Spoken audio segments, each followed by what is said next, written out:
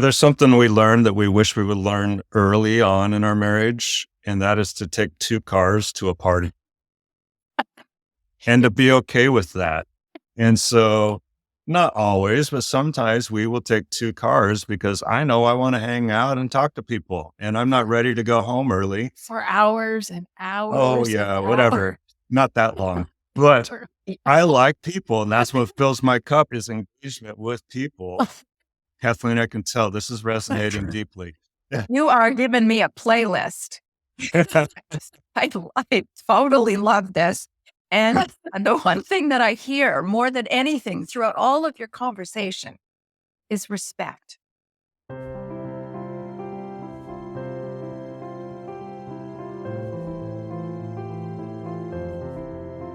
Welcome back to The Real Retirement Show. My name is Yasmin, here with my co-host Kathleen. Whether you're retired or thinking about retirement, we delve into the multifaceted world of retirement beyond the finances. This isn't your typical retirement conversation.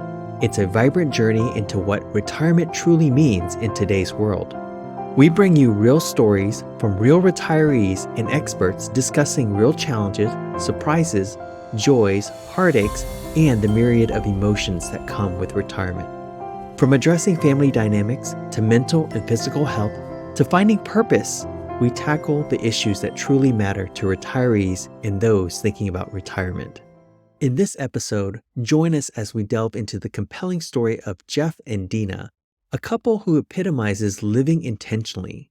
From their initial college romance to navigating the complexities of marriage, parenting, and now the threshold of retirement, their journey is a testament to the power of intentionality in shaping a life filled with purpose and connection. Jeff and Deana share their insights on how to stay present, embrace life's challenges, and invest in relationships that enrich the soul. Whether you're nearing retirement, reevaluating your priorities, or seeking inspiration to live more deliberately, this conversation promises to enlighten, inspire, and perhaps even transform your approach to life and relationships. Tune in to discover how to fill your cup, navigating the dynamics of long-term partnership, and live each day with intention and grace. Let's join our conversation. Jeff and Deana, thank you so much for joining us today. One of the reasons why I was excited to invite you both to join us was just in a previous conversation with Jeff. He was just talking about how both of you are so intentional about how you spend your time and your resources and with family. And it just reminds me of the importance of intentionality as we step into retirement. So welcome. Thank you. Would you share a little bit about your personal journey? Well, I studied social work and did a little bit of work in the schools prior to having kids. And then I took about 14 years off to raise our children and then ventured back, spent about 16 years working under the Providence Newburgh Health Foundation, coordinating volunteers in a variety of programs for seniors and children who experience disabilities and their families. So I have a real heart for seniors, and actually they were some of my biggest teachers. I have to say shout out to all the Strong for Lifers that are still out there. That was one of the programs that I oversaw. Now I'm working for another Lutheran Community Services Northwest in our county, also coordinating volunteers to come alongside families in crisis, working with church communities largely to provide circles of support for folks who just need a little extra care and attention as they are walking through really difficult seasons of life. And we met in college. Yep.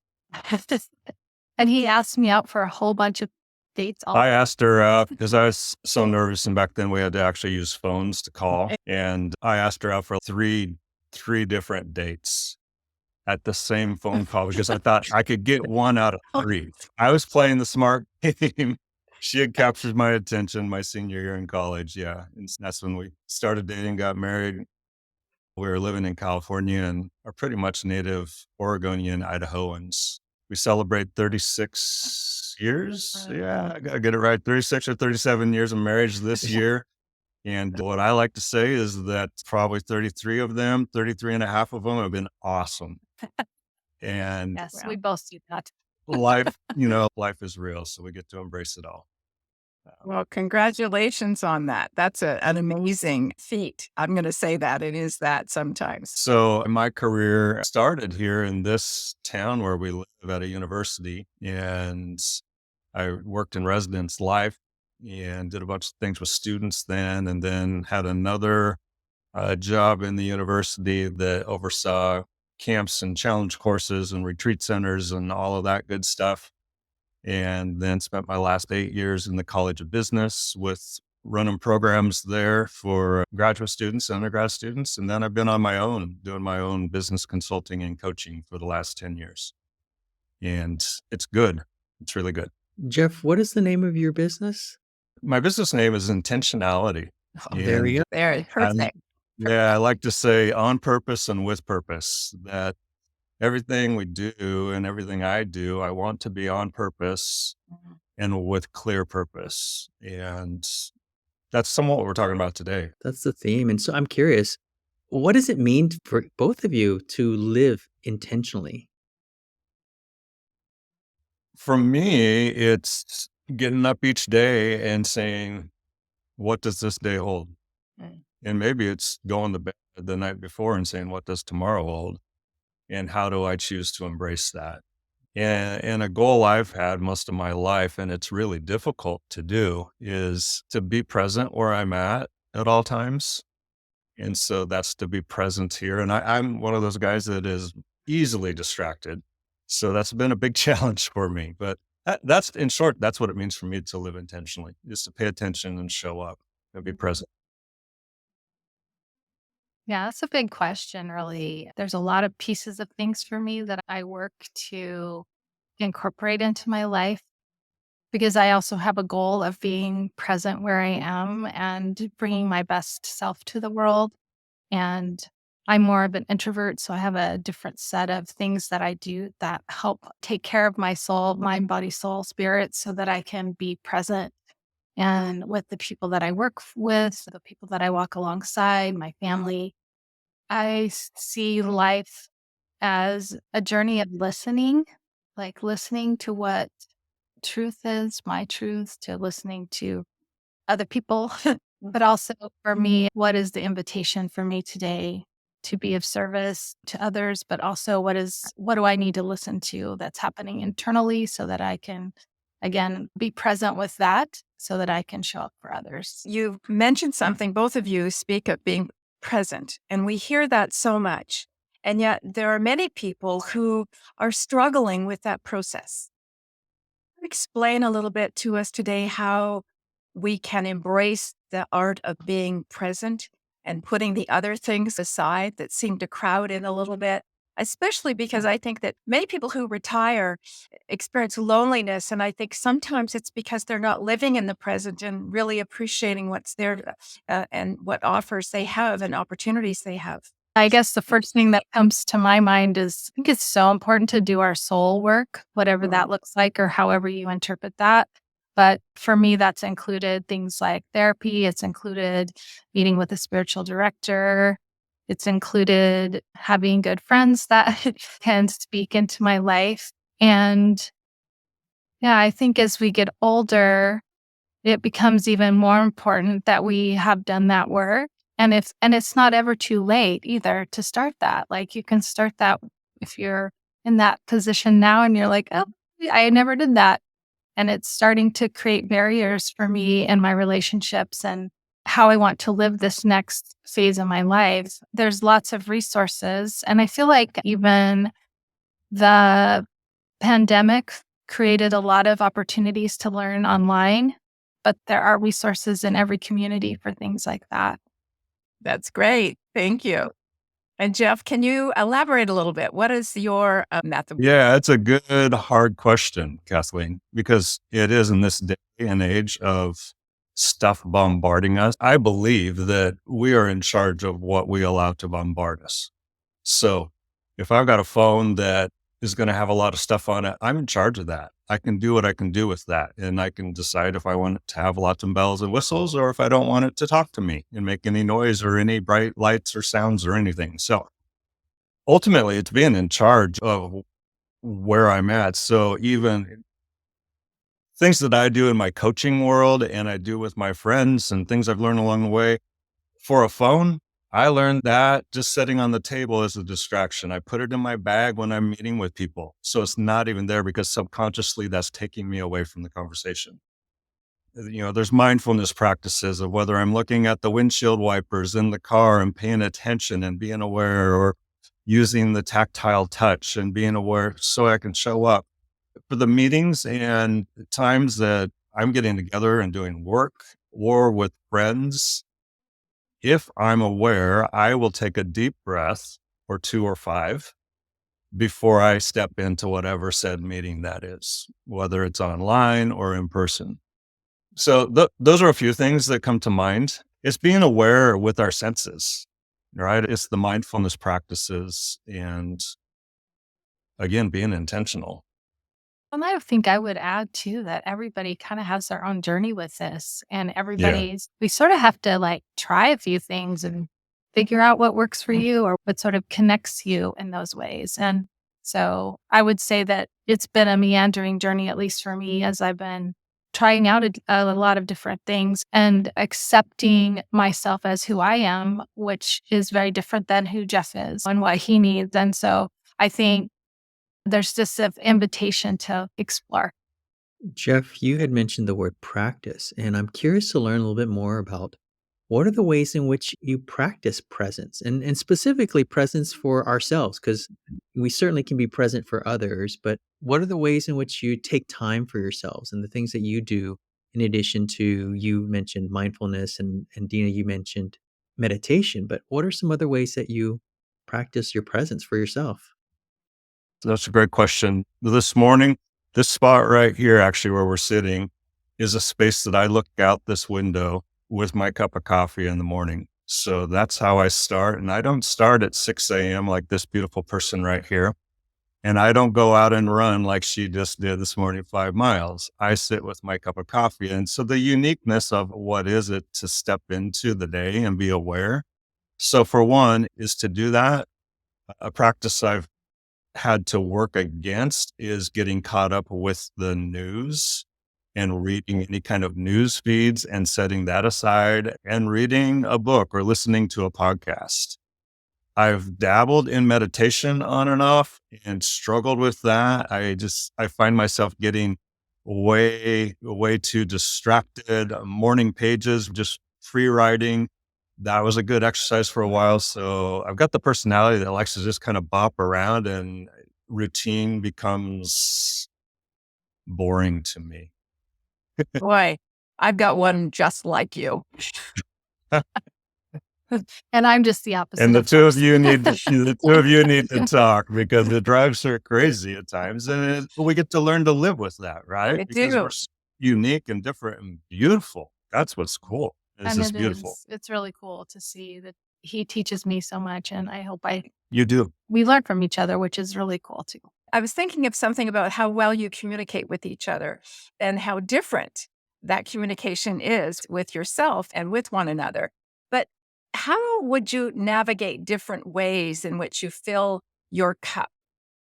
For me, movement is just absolutely necessary. So I do a lot of different things around movement. So I walk, I run, but this morning I'm also stopping and I'm examining all the new little flowers that are coming up and the way that the dew is on the leaves and just enjoying putting my hands in the water of the little creek that I crossed and, just taking in what's here. I do yoga.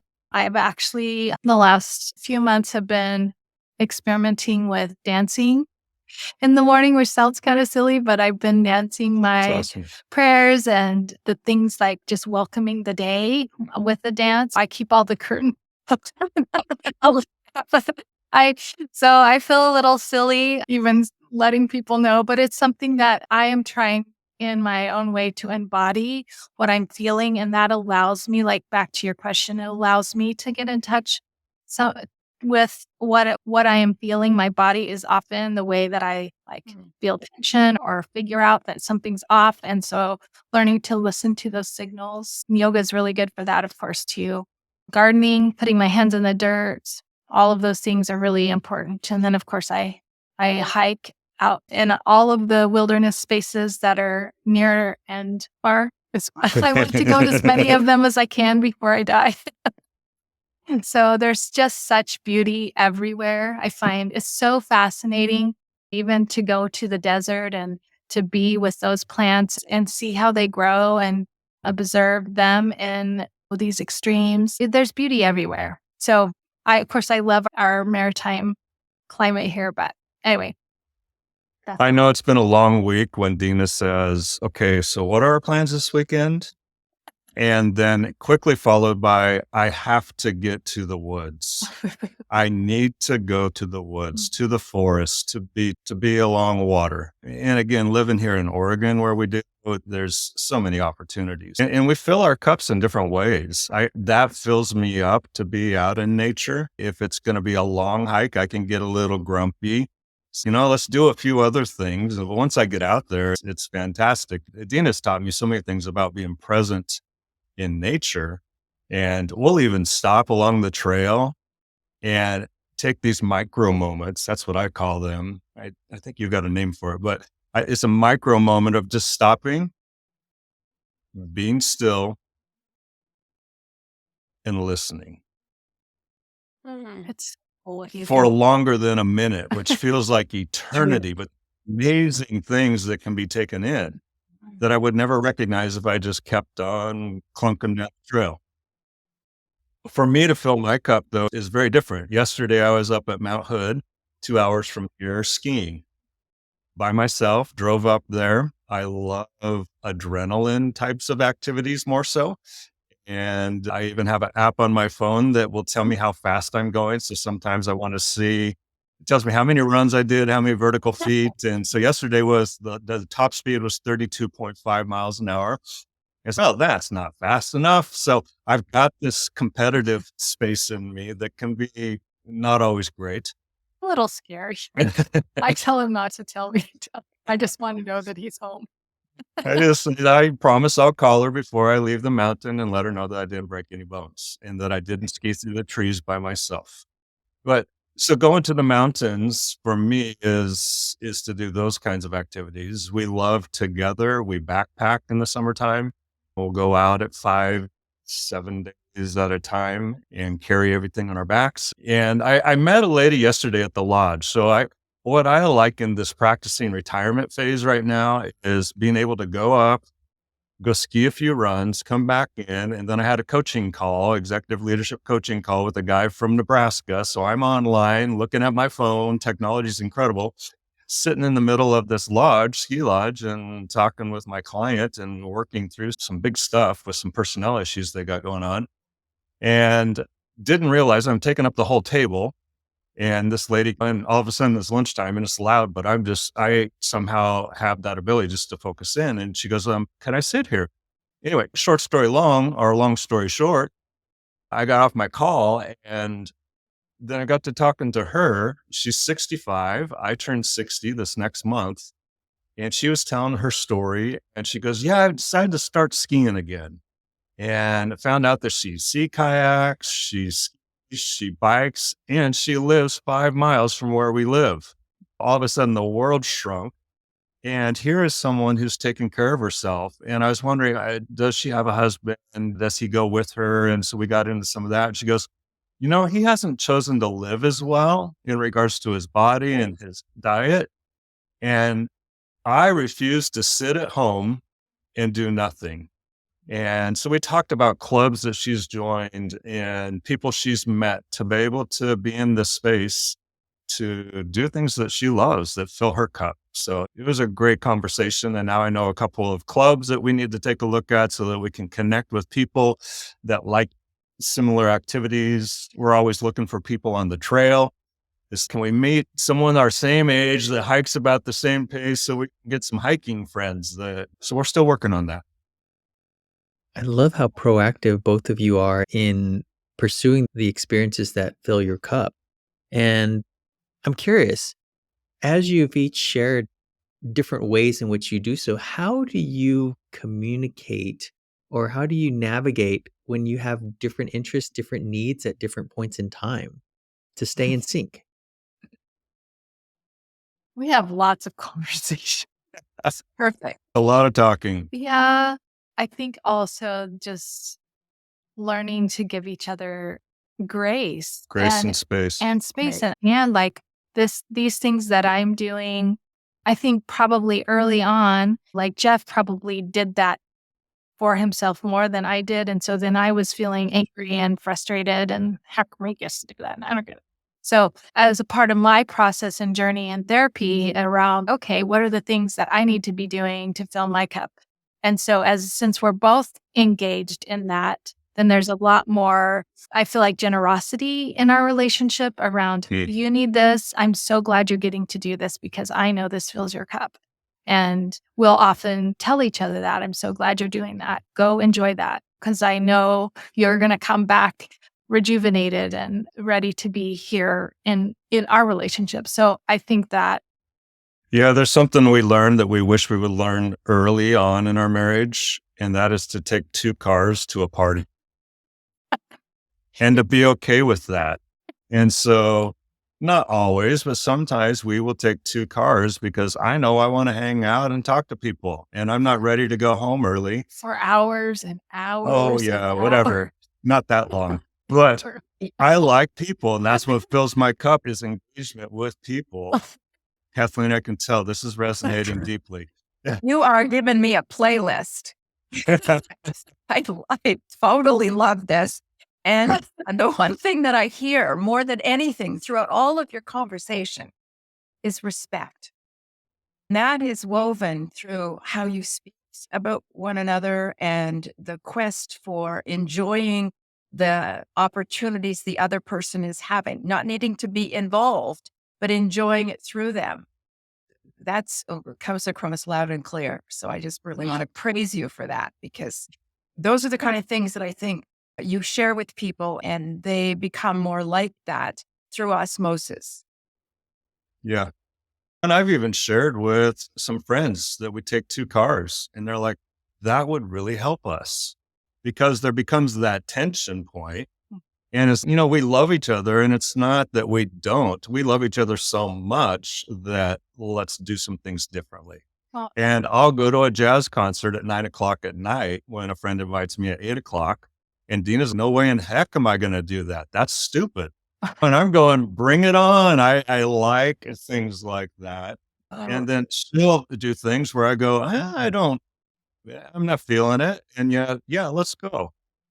And we were talking last night. I was with a group of buddies that also fills my cup. We get together about every 3-4 weeks. They're called my deep water brothers. And we just get together and share our lives and don't fix each other. And it's fantastic. Ooh, that's a profound statement. Don't fix each other. We don't. We listen. And it's hard work. And it's so refreshing for me. So that's another thing that fills my cup. and then I have tonight I'm getting together with my rogue sisters for the same reason. They're I call them the wild women. that we are journeying together right through life and holding space for one another. It's been a really powerful relationship. Those relationships are really powerful. Yeah. I was thinking about something else that we learned that was really helpful Yeah. was the words, I am noticing. So starting a conversation with, I am noticing, it's a way that's allowed us to talk about harder things without somebody saying, this is really annoying me. And it's also Yeah. helpful for us when we're doing that, then we can be a mirror for one another so we can grow, as people. Well, it sounds to me like you've grown a lot. And Yasmin, I know he's so quiet and so wonderful. We are so not the same. and I know he's got a plethora of questions that he's a little anxious to put out there. So I will stop and I will let you move forward for a second, Yasmin. No, Kathleen.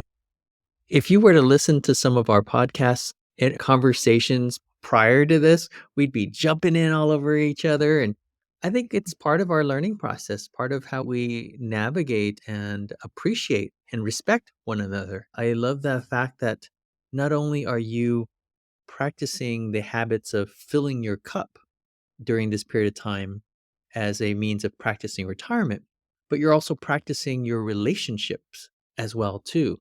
Because so often we find couples, partners that all of a sudden have an abundance of time with each other where they have been out of practice in communicating and relating and respecting one another, that it becomes a source of conflict and stress. And I so appreciate that you're mindful and intentional about doing that now, building that muscle. So as you have more and more time together, you're able to appreciate the differences that you have, but also the commonalities that you get to share. Yeah, we don't want to be ships passing in the night with no port in sight. We want to be aware. And that, again, it's not easy peasy. It takes work. And we've learned a lot of things along the way, obviously, as we're talking, and we'll continue to learn. And that, for us, that's also a piece that is a common thread of learning, of keeping our minds engaged, of listening to podcasts, of exchanging ideas and different subjects. We have very different subjects that we like to explore. And so I've gotten to travel the globe with Deana travel by watching YouTube videos of people all over the world with van life and hiking and exploring and plants and this and this. And I've gotten to learn, which has been fantastic. And other times we'll sit here in the house and she's on her computer watching something, I'm on my computer watching something, and they're very different. Yeah. I've listened to a lot of business podcasts that I would never listen to.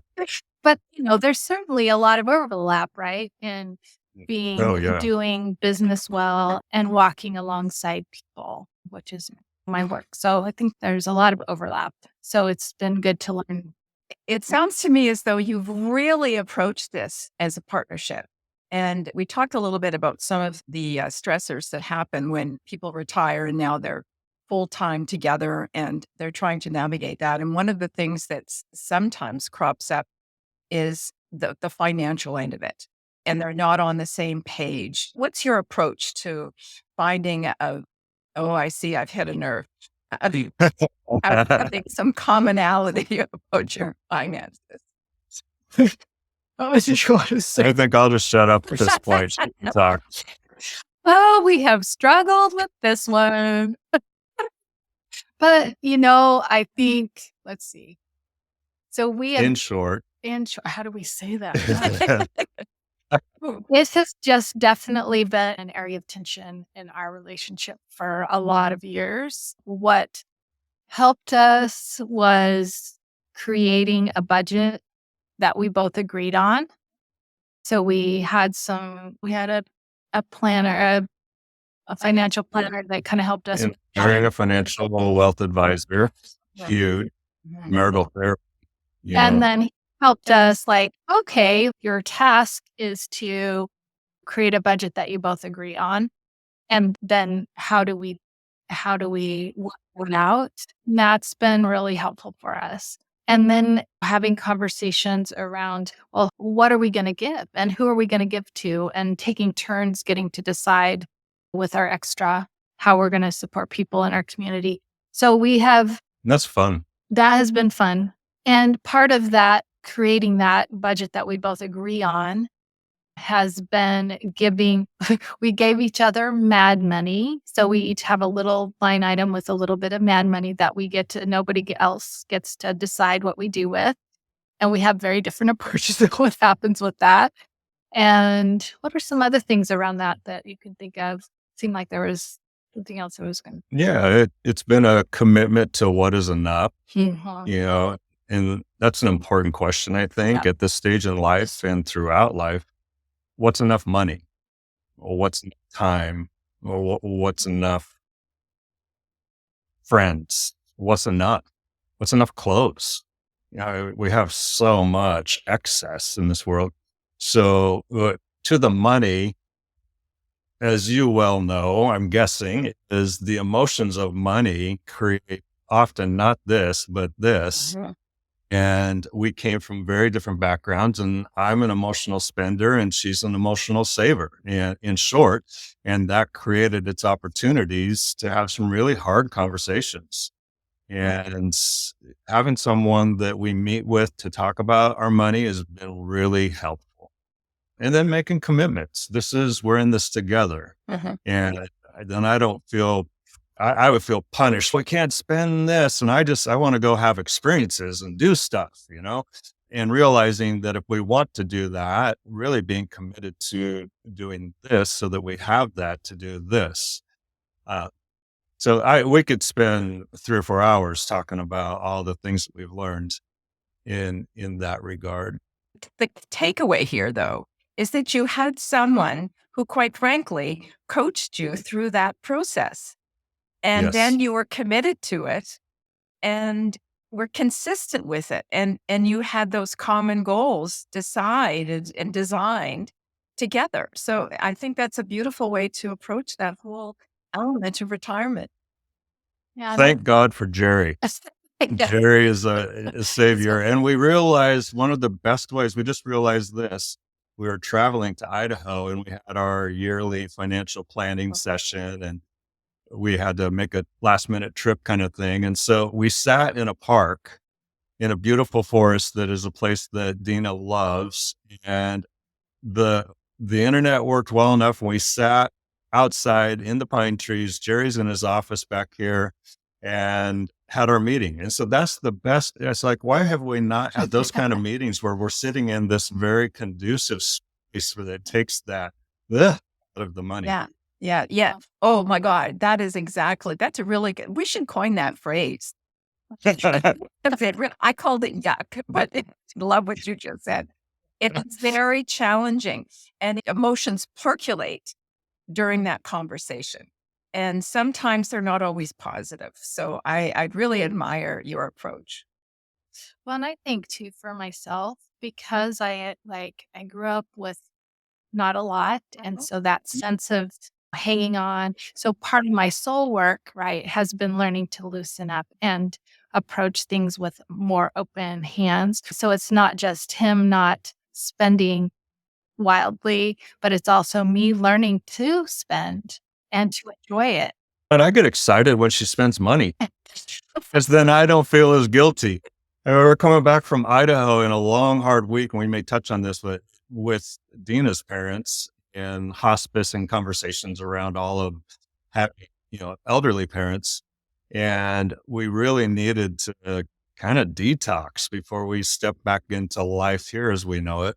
And Deana, who does not like hot water, I love natural hot springs and I love hot tubs. Just the opposite. She'll sit on the edge of the hot tub. Because I'm hot already. And she's going, let's stop at this place on the way back. Wouldn't that be great? And I'm going, I didn't want to get too excited. It was a natural hot springs kind of place. And we spent more money than we would typically spend on a meal to sit in these hot tubs and overlook this beautiful lake. And it was fantastic. So it's like, all right, we're spending, I, she's been set free. So I got to be careful. Sounds like you prioritize together. Yes. And we were talking as we're caring for my parents, like the importance of also caring for ourselves in this Yeah. journey because we're still working. We've got lots of commitments. And that was a piece of so we stopped at this beautiful place I like that we found campground and the area they're restoring down by a river. And on the way back, we stopped at the hot springs. So yeah, it was good. And I don't feel guilty, which also feels good. Bottom line, it's about values. We've determined what our values are, what's important to us, and let's live into that every day. Deana, you brought up something that's I've noticed is prevalent too, is our folks as they navigate into this chapter of retirement too, having saved most of their lives, they're out of practice in terms of spending or allowing themselves to be able to know that it's safe, it's okay, and you've done a lot of the hard work and planning. So it's an important concept that that there are a lot of folks that are navigating that as well too. Going back to your relationship, I'm curious, what do you do when you get out of sync with each other? How do you get back in sync? Great question. But then what do we do? Sounds like you're not out of sync very much. Well, I'm thinking we give each other space. Mhm. There are times I've had to learn to say, do you need me to listen? Do you need me to coach? Do you need advice? What do you need right now in this conversation that I can tell is really important to you? Because I've been the advice, jump in and I'm going to fix it. Impatient. It's not that hard. Come on. This is not science rocket. We can get through this. And just to simply shut up. And that's difficult. And I don't always do that. Yeah. Well, we keep practicing and working at that. So I think space is part of when we're not in sync. Yeah. And I think for me too, I like to fix him too. I think it goes both ways. So part of our journeys, right, has been learning to not do that and to listen. I think sometimes we go on walks when we need to Yeah. that's a really good thing because then I'm moving my body, which is helpful for me. And it's not a bad thing for him as well. And we're also in public. So it also reduces what, I don't know. It's a good way to kind of come back to the respect place, right? Yeah. And it's growing up, we have 3 kids, adult children now, and it's sometimes giving ourselves a timeout. Back when our kids were little, we had a chair that we called Australia, and you need to go to Australia right now. Not timeout, because timeout is punishment, but go hang out in Australia. I can't tell you how many times I sent myself to Australia because dad needed a break. And I think we kind of have that practice without calling it that. I need space. And it's a commitment to come back to XYZ subject. So it's not, I'm going to step away. We're out of sync. I need space. I want to think about this and we'll come back. And the other thing is that we've given each other permission to speak truth kindly, to be direct. This is what I need. I really struggled with saying, this is what I need, not want. This is what I need from her right now. And that's hard to say. It's hard to say. It's hard to hear. I'm curious as to how long did it take you to come up with these really profound methods? Because as you're speaking them, they seem kind of simple and yeah, they make sense and it's logical, but it seems it's not as easy as it sounds. Is this an intentional journey that you took or is it through evolution? It's only taken me 59 years. It'll be 60 in a couple of weeks. Yeah, I think it's been a journey of wanting an end goal of wanting to have a good relationship with one another, right? And I think giving ourselves permission to be seen. And I mean, because I think so much of what we want out of life is to be seen as we are and loved anyway.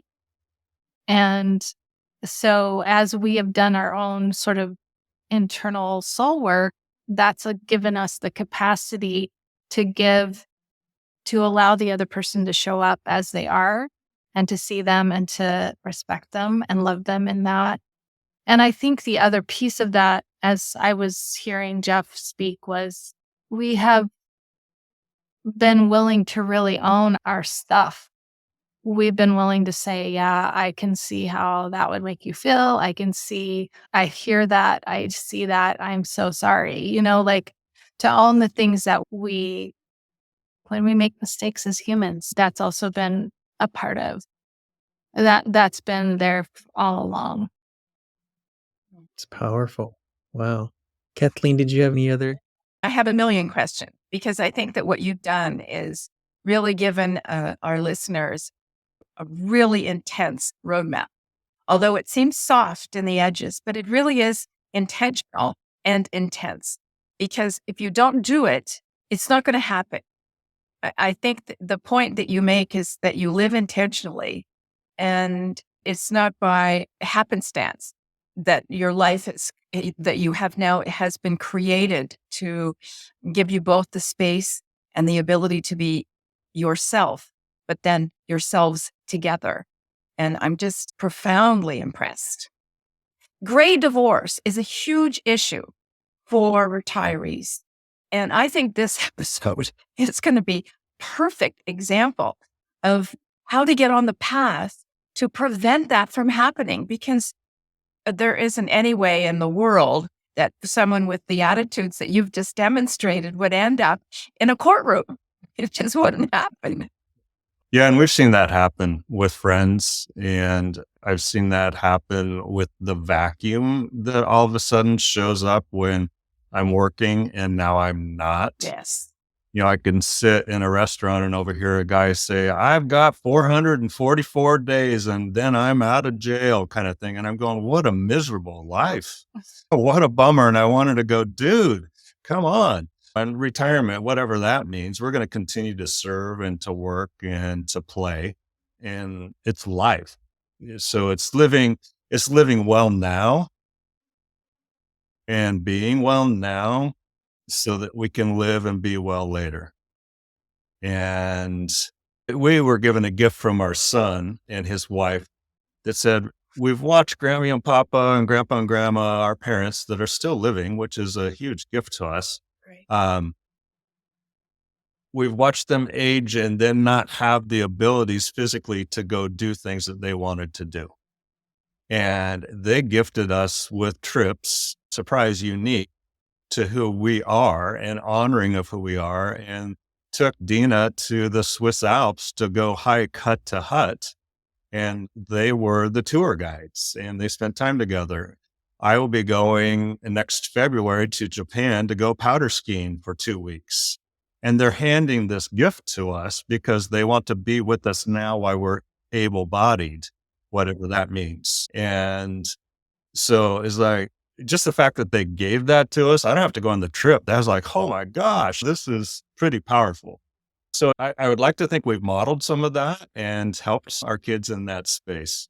And not to say that the journey of aging and aging parents, when they're not able-bodied, they're still themselves and we're still journeying with them and just in a new way, right? And the end of life is a precious time. So yeah, not that you weren't. Oh yeah, I yeah. just want to It's a clarify blend. that. Yeah. It's a blender. Well, it has been such an inspiration hearing about your journey individually as well as together. And thank you so much for sharing with us a piece of your experience, because we know that so many of our audience members could experience some inspiration and hope and possibilities from our conversation. So thank you. Thank you. I have some takeaways. Yes. Kathleen, take it away. I will. Thank you, Yasmin. But I'm going to say this. I never take notes. This is the first time, and Yasmin can attest to this. But I want to just thank you so much for what you've brought, the kindness that you've shown. And I know that our audience is going to love listening to you. So I'm going to just be bold and I'm going to say, we need to have a recap with you guys. After you do that powder skiing, I want to talk to you both again, because I think you've just had the most wonderful gift from your children, and their attitude towards your aging parents is so incredibly unique, because I'm not hearing that from others. And I want to say thank you so much. And if anyone wants to hear more of these wonderful episodes, subscribe, please. We love to hear what you want. And we're excited to bring you more of this. And I so appreciate meeting you both today and sharing this and learning so much. I love it. Likewise. Thank you. Thanks for having us. Yes, it's been good to talk with you as well and to consider some of these questions that we don't necessarily ask ourselves. Thank you for taking the time to join us today. If you enjoyed this episode or found it valuable, please subscribe, follow, or leave a comment or review on your favorite platform. If you have friends, clients, or loved ones who are retired or thinking about retirement, we invite you to share this show with them. Check out the show notes with links to resources mentioned in this episode at realretirementshow.com. Remember, retirement is a joyful journey we get to experience together. Join us next week for another Real Retirement Conversation.